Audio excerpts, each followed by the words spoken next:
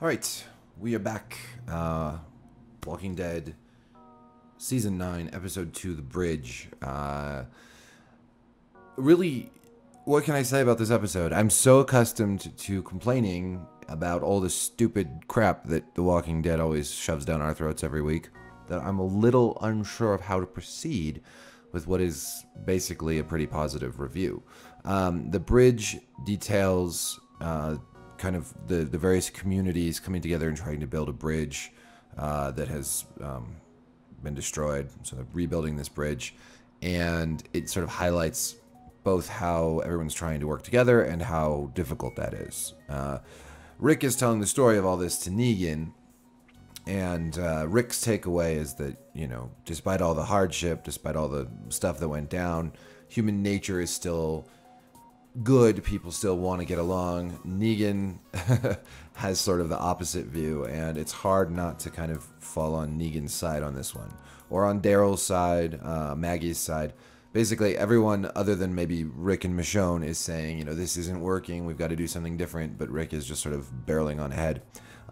This gets Aaron's arm mangled and ultimately chopped off by Enid, our new baby doctor. Enid, for once, is finally useful for something other than just being there with a terrible name.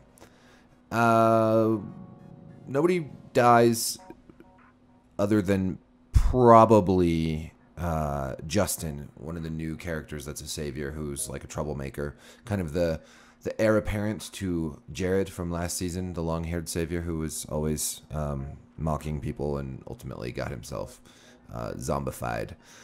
So Justin probably gets killed. We don't know what happens to him, but at the end of the episode, he walks up to somebody, you don't see who they are, and it looks like they kill him. So throughout the episode, they talk about saviors disappearing, the ethanol shipment from the sanctuary to Hilltop disappeared. So it seems like somebody is taking out saviors, either to stir up trouble or maybe to get revenge. There's a lot of good reasons to kill saviors, and I think one of the problems that Rick is experiencing, that everyone's experiencing, is that the only one of the saviors that was brought to any kind of justice was Negan, other than those that were killed. But Negan had a lot of lieutenants and other pretty bad people who were basically just let off the hook for what they did to, you know, to Oceanside, to Hilltop, to Alexandria. And I understand that Rick is trying to kind of bring peace to the communities, but without justice, it's hard to have peace. And so I think what we're seeing is just all that tension brewing, building up. And I assume that this is going to keep playing out through at least the first half of the season. Overall, you know, I wrote an article about this morning, which the most shocking thing about this episode is that there was really nothing blatantly stupid that happened. You know, even in the season premiere last week, which I enjoyed, we had several really stupid things, including that whole museum scene with the glass, Ken dying on the road in just a really moronic way. I mean, there was no reason that they should have been running away from those zombies. There weren't very many zombies. And then kind of, well, anyways, I won't go into last episode. But this episode was pretty much stupid-free, which is pretty remarkable for The Walking Dead, because The Walking Dead is often, and has been for the last couple of seasons at least, just chock full of stupid things that characters do. You know, basically a hallmark of this show has been characters acting out of character just to further the plot. So just doing totally nonsensical things that, you know, and that's the thing. These are hardened survivors, so they're not going to be making these rookie mistakes. And it was kind of refreshing to see a whole episode where that just doesn't happen. I honestly cannot think of the last time that happened. The last time I watched a whole Walking Dead episode, and at the end I was like, oh, well, nothing bad and stupid and ridiculous happened. You know, the lack of guns is really nice, because the gunfights have always just been terrible in this show, and increasingly terrible in season 7 and 8. This scene with everybody rescuing Aaron kind of brought me back more to like early season 6 when the wolves attacked. When it's actually kind of a fun scene. You know, you have Daryl kind of being a badass with his knives, and Rick shooting the rope, and all kinds of good stuff like that.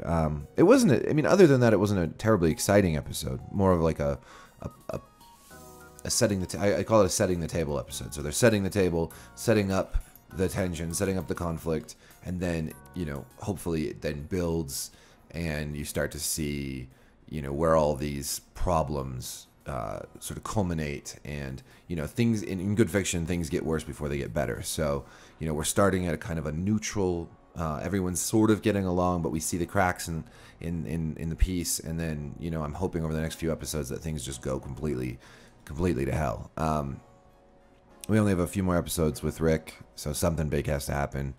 I think one of the more interesting things in this episode was Anne, Jadis, and Gabriel, their little courtship that's going on, and then when she sees the helicopter fly by, you wonder kind of what's going on with them. It doesn't seem like a very sensible relationship. It doesn't really work for me, but then again, we don't know what's going on with. I still don't think that we have really much of a reason to trust Anne after, with the scavenger people, she was bad news and very quick to double cross. So I don't know. We'll see. I'm very curious. I'm curious about these helicopters. I'm curious kind of where she comes from and what she's hiding. So overall, though, a surprisingly good episode. And, let me know what you think. And what you're, if you're still watching, are you enjoying season 9? I liked this episode more than the premiere, and I have seen the next episode, but I'm not going to give anything away from it. But I think it's the best so far, and I'm hoping that it just keeps getting better, as opposed to like having the best episode in episode 3 and then everything just sort of falling apart. But I don't want to get my hopes up too high because fool me once. Anyways, talk to you guys later. Paul Tassi and I will also have a podcast on this episode, hopefully by tomorrow. He's traveling right now, so take care.